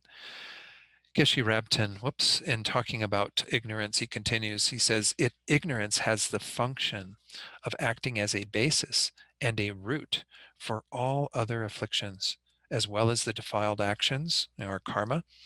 By defiled, we mean contaminated karma. It's contaminated with our ignorance, and the states of birth that they produce. So essentially, we have this whole process that we are engaged in on the basis of the root of ignorance. And I'm going to do a little chart for you on that, a little diagram that'll give some way of getting a handle on what this slide is saying in just a moment. I want to finish off what he says. He says, but generally speaking, there are two types of ignorance: confusion about the meaning of reality itself. That's the ignorance that is bewildered about the nature of the self, the person, phenomena, what have you. So we do have that ignorance, that is the deeper ignorance that has that confusion, and confusion about such things as the law of cause and effect. As I was saying earlier, the law of cause and effect, I mean, we can do some reasoning on it. I mean, to me, it's a very rational system, right? To think that there's sort of everything is withheld within the system of the thoughts we have, the actions we engage in through our body and our speech, that there are ramifications of that, that all of that kind of carries with us that sort of energy, and it plays out in terms of creating experiences. But as I said, to know it at the deepest level, to really get it, you do have to have an enlightened mind involved, because otherwise it's a very dynamic process. Karma isn't this linear thing that we see, okay, I call somebody a jerk and then 10 minutes later somebody calls me a jerk. It's not like we can go, oh, very clear. He said that there, he received that there. That's not how karma works. Karma is really quite complex. So the inner workings of it, the subtle workings of it, we do have to wait until we're much more advanced, but we can do some reasoning with regard to it. But that's one of the main ignorances that is causing suffering for sentient beings. They're not knowing the law of cause and effect. And we might even examine with ourselves, to what degree have we overcome our own ignorance of it? If we had perfect understanding, wisdom of the law of cause and effect, we would be so attentive to every one of our actions, to every one of our thoughts, or at least have the desire to do that.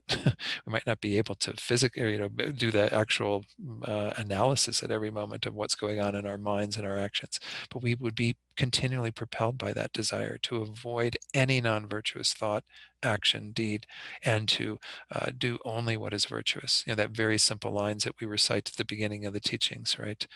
That's a big teaching right there in those two lines. Do not commit any non-virtuous actions. Perform only perfect virtuous actions. That's huge. But that's the first level of wisdom that we often want to develop on the path, and maybe one of the most important, although obviously the wisdom realizing emptiness plays another more important role. Venerable Thupten Dundrup, in his teachings that are part of the karma module for discovering Buddhism, he says he thinks it is the most important teaching of the Buddha, the teachings on karma. So I'm not going to talk a whole lot about karma as part of this course, but know that that's probably one of the main areas that we do have to develop some conviction in the law of cause and effect. As I said, we can do some of it through some level of reasoning, and how I often do that is I look at, well, what are other ways of explaining why things happen? And are they any more logical or sensible than the teachings on karma? If I think that everything's random, that it's just a matter of chance, I'm in the wrong place at the wrong time or the right place at the right time, well, that's not very hopeful. Then what would be the ability to transform that, to change that? Because if it's always up to chance, if it's random, and then, of course, I look at things that I dealt with when I was younger and in a theistic tradition. And I don't know whether all people who have a theistic faith believe that God is kind of pulling the strings and doing things so that people experience it. But I certainly see it in many of the people who I know who still practice a theistic tradition, who kind of feel like God is behind the scenes, maybe dishing out some difficult things occasionally to test you a bit, to help you in some way, and then maybe, throwing you some, wonderful things at other times. And again, I still don't see the logic behind that. I still look at it logically and go, but for what reason, and why does he test so many people with so many greater things than what he's testing me, for example? I feel very blessed in terms of my life. Well, why do other people get tested in such difficult ways? I don't find any logic in a lot of the other things that are set out by other philosophies, theologies, in terms of explaining why things happen, why good things happen to bad people, why bad things happen to good people. I mean, you can talk about all these questions and there aren't very set answers. In Buddhism, the answer is really quite clear. It is karma. And it's not, again, the immediate action that they're doing. It's actions that came from prior lives often that have ripened into experiences. Again, it's very hard for us to get a handle on all of that. It does require some conviction in rebirth as well, knowing the nature of mind, and that mind will continually go on from birth to birth, accumulating more and more karma that manifests in various experiences. But anyway, I'm just pointing out that this is an important thing for us to spend some time on in our studies, but it's not going to be the main focus of what I'm talking about here in terms of the ignorance that we need to overcome through the perfection of wisdom.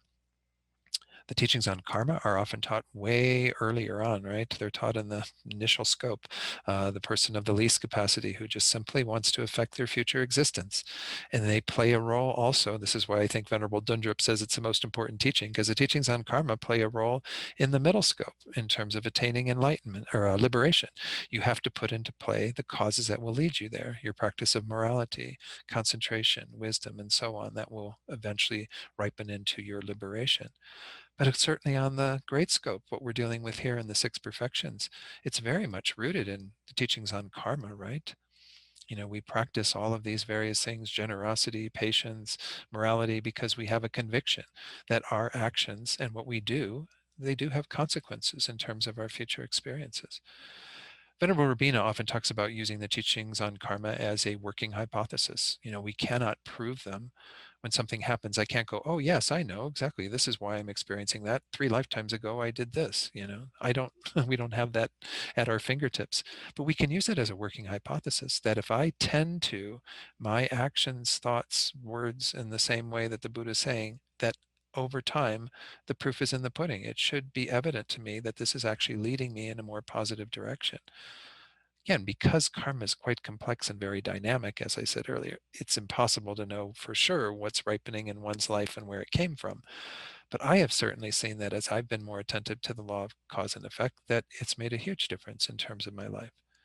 So again, just use it as a working hypothesis and be like a scientist. See if you get the results that you would expect from being attentive to these teachings on karma. So that was, again, just all I wanted to say on karma and the wisdom that we need to develop around that teaching. Again, that's more in our conventional wisdom. But let me talk a little bit about the deeper ignorance that's involved, because it's not just the ignorance of cause and effect that is causing our suffering. It's the level of ignorance that is this clinging at a false sense of self with regard to the I, the person, as well as other phenomena. So I'm going to start from the very bottom there, and I put little numbers over by this tree. Those of you who were in my Wisdom of Emptiness module earlier this year, or actually last year, beginning of 2020, may recall this. So it says, the root is the ignorance that clings to the I and all phenomena to be truly or inherently existent.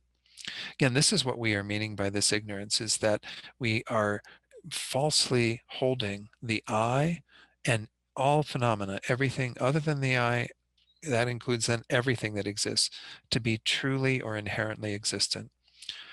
Meaning that we think that it is self-established, that it has its own identity, that it isn't in any way contingent upon any other factors. It's independently existing. Again, these are the things we're going to be exploring. Don't expect to get them all from just this description. This is what we're going to be looking at for the remaining classes. The trunk of the tree. So you've got the roots down below, that's the ignorance, the trunk of the tree, and this is something I devised, which I don't know that it's perfect, but it works in my mind.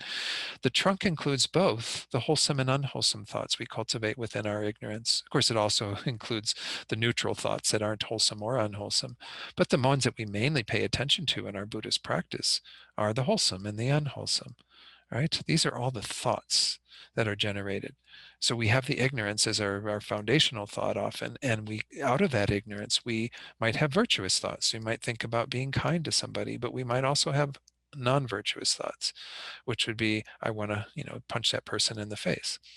Of course, then the third step is that we actually create actions from that. The virtuous and non-virtuous actions we create with those thoughts. Sometimes those thoughts become actions in and of themselves. Of course, every thought we have is some form of karma. But essentially, whenever we make that more manifest, especially when we speak from those non-virtuous or virtuous thoughts, or when we act from those, we create karma. So the branches that come from our initial thoughts that arise within ignorance, from the root of ignorance, create their own sort of karmic propensity, the seed which will ripen into a future experience. The fruits are the suffering and happiness we experience from our karma. So, in this case, all the fruits looked identical with this little image I found on the internet. They're all little red, things, whatever those are. I don't know. Pomegranates, maybe. I don't know. But We have good fruits and we have bad fruits in terms of our experience, right? We have some that we call suffering, that are evident as suffering, that, are pain, displeasure, what have you. We have some that are happiness, all still temporal happiness, but nonetheless, we identify it as happiness. It creates a pleasurable feeling. So this is the process we're involved in. And we just keep, because we have the root of ignorance, all of what we experience is within this tree. It's the various thoughts we have rooted in that ignorance that then manifest in our actions, a body, speech, and mind that then manifest in our experiences. And whatever we are experiencing is arising because of this causal process. And of course, what determines our future karmas, our future actions and thoughts, is how we react to the fruit. When you get the fruit of suffering and you have a mind of anger and aversion, well, you create a negative karma. And when you have happiness and you create a mind of attachment and desire, you create negative karma. So we keep getting wrapped up in things within this whole context of this tree. And as long as we don't ever uproot the tree, everything we experience will be bounded by that ignorance, will be continuing to be in this unsatisfactory state, the tree of samsara. So the main thing we're trying to get at in regard to these teachings that we're going into in these classes is the wisdom that will overcome this ignorance, which, as I said earlier, is not just a not knowing, but is actually a misknowing. So let me give another example of that. What I just talked about in regard to my own ignorance of quantum physics. I have an ignorance of that, and I freely admit it. I do not know. I have an unknowing. And yes, I could take the time and, if I could get through some of my mental blocks, sit down and actually study a book that would give me a good working knowledge of quantum physics and understand it all. But, if I had another level of ignorance where I was actually getting in front of you and speaking about quantum physics that was explaining it in a totally ridiculous way, a way that is not in accord with what is meant by it by all those who have spent the time and energy studying it and writing about it and investigating it to be able to put forward all of their theories and all of what it means. If I thought it was something completely ridiculous and presented that to you as if that was real, that would be a whole nother level of ignorance, right? Because that's actually a misknowing. That's actually saying that things are different than how they actually exist. Not knowing how they exist is bad enough. But if I put on top of it a misunderstanding of what that is, that's a whole nother, problem that we have, right? This ignorance that we're talking about here is not just the unknowing, it is a misknowing. It's not just it's not understanding how things exist at their deepest level. It's moreover thinking they exist in a fictitious way. Now, I know these are related because we say their deepest level of existence is the emptiness of that erroneous way of thinking. But we have a lot of errors we're making in regard to things. But this error that we're making in thinking that things have their own self-existence, that they exist from their own side, that they exist independently, intrinsically, inherently, substantially, objectively, all of that thinking is throwing on top of our not knowing a whole misknowing. Now, I guess the advantage of that, I suppose, is that then we have some misunderstanding that we can get at through this perfect knowledge, that we can actually see how things are that is totally contrary to how we think that they are. Some levels of ignorance we don't have that overlay of this misunderstanding. Instead, we just need to hear what it is that is the truth. And then, like if with quantum physics, if I just went and, read, qualified people, their resources, their books that explained it all to me, then I would have that knowledge. But for me to overcome maybe my misunderstanding about it that is presenting it in a fictitious way, that might be a little bit deeper, more embedded. But again, maybe it's the same thing in terms of I have to somehow get the knowledge of how things actually do exist. So one more example that I think maybe might work for some people, I use this example frequently too, is the idea that we have an ignorance that is grasping at something that doesn't exist, that is a kind of another layer of misknowing, not just not knowing. I use the example of a child who is convinced that there's a monster in their room and they can't get to bed at night, right? Maybe you've even had this with children, if you've, had children who were dealing with various fears, anxieties around things. Well, you as the adult know that there is no monster in the room, that this is a fiction that the child is creating through the force of their own imagination, what have you. So the kind of reality is that their room is perfectly fine. That's what they're not seeing. That's the not knowing. But they are misknowing in terms of holding a monster to be there that is not in existence at all. Well, of course, how would you show this child that there is, help them to overcome that misknowing? You'd have to show that there's no monster that exists. You would actually have to maybe go into their room at night with a flashlight and put the flashlight in every corner of the room, in the closet, under the bed, every possible place where the child could possibly think there's a monster. And over time, by doing that repeatedly, the child will eventually arrive at a place where it's recognizing that what they believed in, what they thought was there, their misknowing that there was a monster in the room, is ignorance and is not in line with reality. And that they actually come to understand that the room that they're living in, sleeping in, and what have you, is perfectly safe and fine.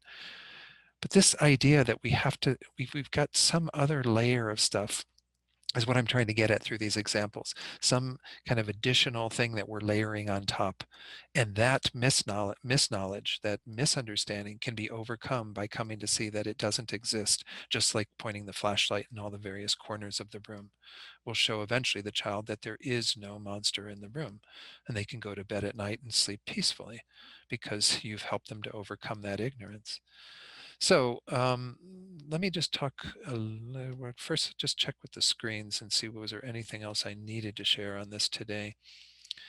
Let me just let that one go. We'll start with that one because I think that gets into a little bit deeper teaching, but let's see, there's a comment from TH. Oh, okay. This would just look like it was reiterating some agreement to or appreciation for that diagram that I had on the screen a little bit earlier. Helpful visual. It helps to see what we mean about how karma is a working hypothesis that we have to investigate and trace. We can see the fruits, current thoughts, habits, events, and experiences. Which is the fourth, the fruits, of our karma, and then the branches of our past actions, the number three, the trunk of our past thoughts, number two, and then our root ignorance, current or past delusions, number one, that's underneath the surface. And they're all hidden to us now. As we advance along the path, then we'll be able to see more parts of this tree. It's an iterative process. Thank you. You're welcome. Good. I just thought I would share her words because maybe, again, it gives you a different appreciation for that. I'm not saying it's a perfect example, but it works for me. And there is that understanding then that, we're the ones in charge of all of this. We don't know, as she pointed out, TH pointed out, it is hidden from us, It is something that we do not necessarily see, that this is what's going on, that in every experience we have, every fruit that we eat, every something that comes into our lives, that there's something behind the scenes of that. There's the past actions that we created, which were generated by the thoughts that we developed, which were generated from out of our ignorance. And as that example of this tree points out, even our positive actions in samsara still are together with this ignorance. And they're going to be together with that ignorance until we develop uncontaminated thoughts and uncontaminated actions that aren't together with that ignorance. And that's like a whole nother tree maybe that we're developing with the roots of wisdom, that spring up into then thoughts that are supported by that wisdom and that develop into the fruits of liberation and enlightenment. I've never kind of put a tree together for that, but it's the same logic. The law of cause and effect is working on both sides of the equation. So let me see, I've got about 5 minutes left. Are there any comments, questions, criticisms? Yes, Barbara. You touched on this, Gen Don, but I'm still not clear about it. Okay. The mind, the brain are different. They're separate. And the mind is a dependent arising, but yet it's beginningless. So they're and the basis for dependent arising are causes and conditions. Mm-hmm. So that's where I'm foggy on that, because there can't be a cause or a condition because it was beginning. It's beginningless. See, I would say, again, that's a good question, Barbara. I would say actually the logic is the exact opposite. There have to be causes and conditions because it's beginningless. Okay. Let me go through an explanation. And again, this is one level of dependent arising. I just want to clarify that so that when we do get to dependent arising, which I think we'll talk about next week, next Sunday, we understand that there are different levels of dependent arising, different ways that we can conceptualize things arising in dependence upon other factors. But the coarsest one, the one that you're speaking to, is causes and conditions. Everything that is produced, that is compounded, that arises in this way, has its previous causes and conditions. So when we talk about mind, although it's kind of hard to see, again, in our everyday experience, we can see that every moment of mind is preceded by another moment of mind, and that moment preceded by Mm-hmm. another moment, and so on. Mm-hmm. The Mm-hmm. beginninglessness of it actually points to the fact that there's always something that precedes it, always something that acts as a cause or condition for it. Maybe I'll even next week share. This is one of the books I pulled down to look at Larry's question, His Holiness's book, The Universe in a Single Atom. But there's a great description in here about how he talks about mind and it needing this sort of substantial cause. The substantial cause of a moment of mind is the previous moment of mind, because without that mental stuff, if you will, that mental energy from which that next moment of mind develops, you wouldn't be able to have it arising. So it actually having a beginning would make no sense, because where would a moment of mind come from if it didn't have a substantial cause in the previous moment? By substantial cause, we mean something that is kind of in the nature of that, that has kind of something common with it. Like if we talk about this body, let's leave mind set aside for a moment. We talk about this body, its substantial causes, because there were two of them that were involved, were the sperm cell of your father and the egg cell of your mother that united in the womb of your mother. And of course, many other conditions that fed into that, the warmth of the womb, the nutrients, everything that allowed it to continue to grow into a fetus, and all the development until you were born. That is the continuation of this body right now that you have, that you're with. Those two things have a same substantial entity as the body, right? They are two cells of a human being that came together, that united, that formed the basis for this body. And so there is a substantial continuum of those two cells that continues on all the way through the body that you have right now, and will continue until this ceases to be your body and this body becomes worm food or whatever. So that is the substantial cause of the body. The substantial cause of this metal bowl that I ring is the metal, the brass that was mined and melted and what have you, that became this. And obviously, again, a lot of other causes and conditions that were involved in creating it. But the main one, the substantial cause, is the metal from which it was formed. For mind, it's mental moments. Well, what is the substantial cause for this moment of mind? The previous moment of mind. Now, what influenced that mind and why that mind is a mind of, wisdom versus ignorance, or a mind of, jealousy versus rejoicing, or whatever, that's all conditioning that plays into that determines what sorts of things arise within our mind. But the essence of our mind is always following a previous moment of mind that is a substantial cause for it. Again, His Holiness explains this really quite eloquently in that book. But if we had a moment of mind that was the first moment of mind, what is its substantial cause? Where did it come from? Venerable Urbina often points out how we can't point to our parents and say they're the source of our minds, because I would have then my mother's mind and my father's mind in me. That would be kind of weird. I don't know what that would even look like.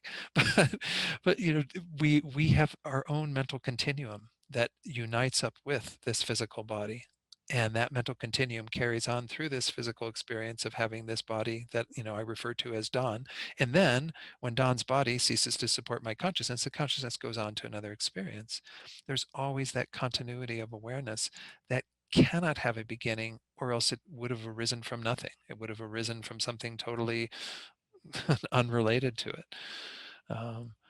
So that's the idea behind it, is that actually your thinking was leading in the wrong direction, that it is because it is beginningless, or let's put it the other way. It is because it arises from causes and conditions that it is beginningless. just like the matter in the world. His Holiness, when he's talked to scientists about how they say the universe formed, and I know there are many other theories, again, I'm ignorant of a lot of what's going on in that field of research, but if, His Holiness said, if they put forward something like the Big Bang and say this is when it all started, this moment when the whole thing began and the explosion of matter that became this universe, he said, no problem. It's just not the first Big Bang. There's always something that came before that. Where would that matter that has become the material of this world and of all of what we see around us in the sky, where would that have come from without something else having been there before it? So the process of dependent arising in terms of causes and conditions does point to this idea of things being beginningless. There's no beginning to matter even, because matter will always have been there, just constantly moving and changing and becoming various things based on the formulation of stars and solar systems and beings on those planets and what have you. I mean, it's that one line from Joni Mitchell says, "We are stardust. We are stardust for sure." I mean, without a doubt, we're the same matter, the stuff that all that explosion started from. It's a continuity of that matter that has become your body. Does that kind of help in that regard too? It does. It does. I guess what I'm looking for is that first that first You know, we're, thought. we're obsessed with that, Barbara. I know we are. I mean, Westerners, I had a really interesting discussion with one of my interfaith friends. We have an interfaith organization here that I go to the monthly meetings, and he's Christian. And of course, he thinks that my positing that there's no beginning is actually totally faulty logic, that there's no logical basis for that. Because in his mind, there is the beginning when God said, let there be light and da da da da, and all of this happening. And he sees God as like the source of all of this. And without kind of having this being who is in charge of all of it, he doesn't see how anything could have arisen. But Buddhism is looking at things again from the vantage point of, it's almost again a very scientific point of view. If we think that right now, while we are existing, various things arises from their previous, moments and causes and conditions and so on, well, then that has to hold for eternity. You can't find any, beginning point, because the beginning point would fly right in the face of causality. Yeah, Thank you. Thank you. Thank sure. you. Yeah, I'll try to again share maybe a little bit more on that from His Holiness's book. We've a little bit over already, and I did notice that there was something in the chat box. Yeah, maybe not. Okay, good. So it was pointed out that mind and its potential, where we go into some of those topics, that'll be starting in March as well. Okay, any other comments, questions from anybody today? Okay, I don't see any hands up, so all right. Yes, Mary, thank you for the reminder. So we're going to do a little recitation that is good to do during these precious days that we have of the Days of Miracles. Mary's got the cue there for us to be able to recite it. It's just a little sutra that's called the Sutra Remembering the Three Jewels, and it's good to create some accumulation of merit by reciting this sutra. So yes, if you could put that up on the screen, Mary, we can do that together. All right. So again, refresh your bodhicitta motivation for doing this. We're doing this for the benefit of all sentient beings, certainly also for the success of Thupten Norbuling, all of its projects, as well as His Holiness, Lama Zopa Rinpoche, and so on. So the sutra remembering the three jewels. In Sanskrit, Arya Ratnatraya. Oh, actually, before we do this, let's do a real quick recitation of a mantra that helps us to increase the merit of this recitation. It's very simple. It's Tayata Om Dare Dare Bendare Soha. Tayata Om Dare Dare Bendare Soha. So let's do that 7 times together. Tayata Om Dare Dare Bendare Soha. Tayata Om Dare Dare Bendare Soha. Tayata Om Dare Dare Bendare Soha. Tayata Om Dare Dare Bendare Soha. Tayata Om Dare Dare Bendare Soha. Tayata Om Dare Dare Bendare Soha. Tayata Om Dare Dare Bendare Soha. The sutra remembering the three jewels. In Sanskrit, Arya Ratnatraya Anusmriti Sutra. In Tibetan, Pakpa Gonchok Sum Je Sudran Pe De. And we go down to the English. Homage to the Omniscient One, purified and consummate, victorious, virtuous, and transcendent, thus gone, foe-destroying, entirely perfect Buddha, full of wisdom. The blissfully proceeding, the knower of the world, charioteer and subduer of beings, the unsurpassable, and teacher of gods and men, such as Buddha, victorious, virtuous, and transcendent. He who is thus gone exemplifies the merit which is his cause. In him no root of virtue is ever worn away. Through his manifold patience, he is exceedingly beautiful. He is the treasure ground of merit, adorned with the tokens of enlightenment. He is graced with the flowers of the marks of Buddhahood. All he does is seasonable and opportune, and nothing inharmonious mars the sight of him. True joy indeed he gives to those who open up their hearts to him in faith. Through the brilliance of his wisdom he is unconfounded, and against his power there is no victory. He is the teacher of all living beings, the father of all bodhisattvas, the king of all superior ones. He is the guide of those who journey to the city of beyond affliction. His wisdom is unbounded, his assurance is beyond imagining, his speech is altogether pure, well-tuned, and sweet to hear. Gazing on him, one is never sated. His body is beyond compare. By the realm of desire he is unstained, and by the realm of form is wholly uncontaminated. He is not mingled with the formless. He is altogether free from misery and from the aggregates. He is utterly and altogether free. The elements have no hold on him. He has mastery of the sense powers. All bonds he has completely severed, and from all pain he is perfectly and totally released.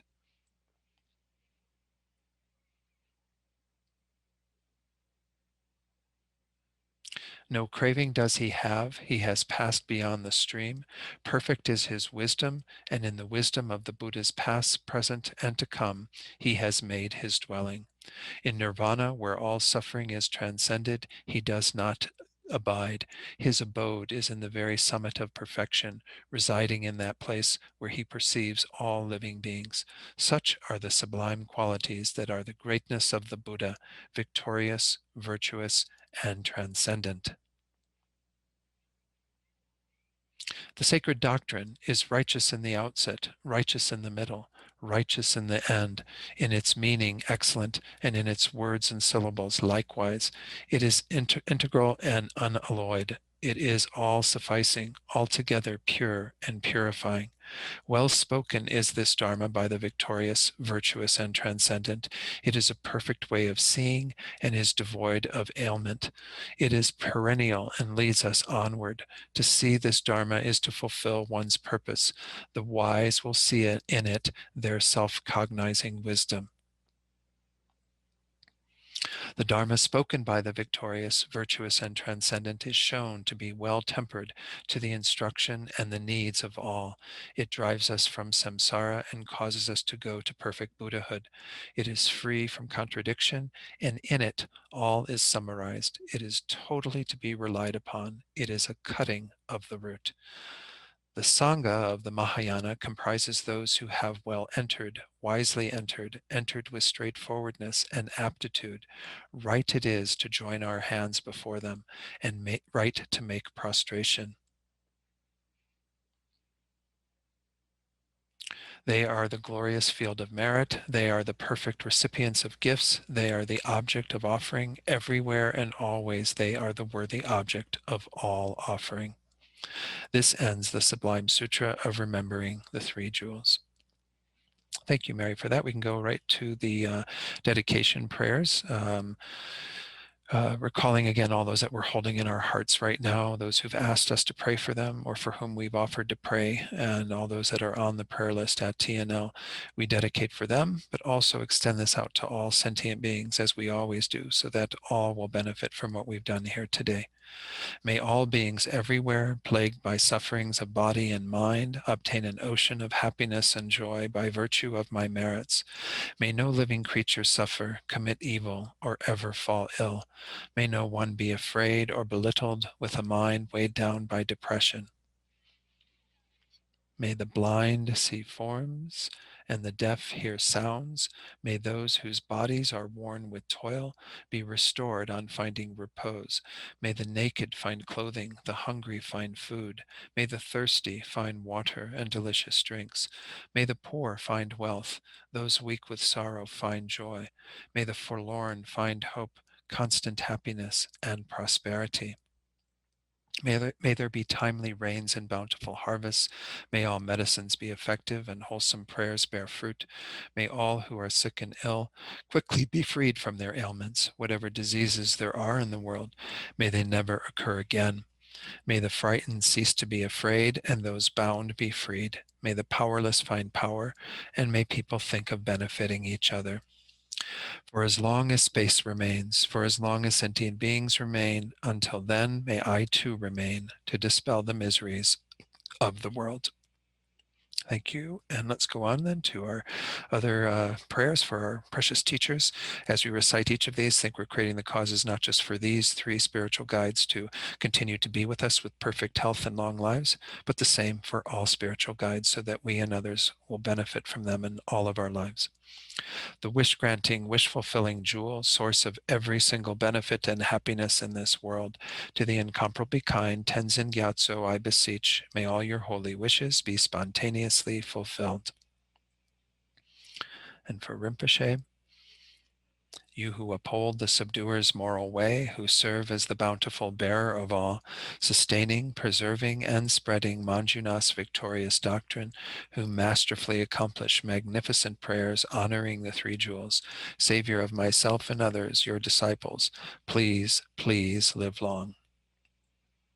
And then finally for Lama Yeshe's reincarnation. Venerable One, to you whose kindness exceeds that of all the conquerors for those wanderers in far-off places, especially the West, mindful of your loving concern for us and intentionally descending again into a family of a far distant land, we make this request. O Lama, please, please live long. Wonderful. Thank you all for being here today and staying a little bit later for the recitation of that sutra. Again, feel free to do any of these sorts of practices, sutra recitations, what have you, during these days. Very powerful.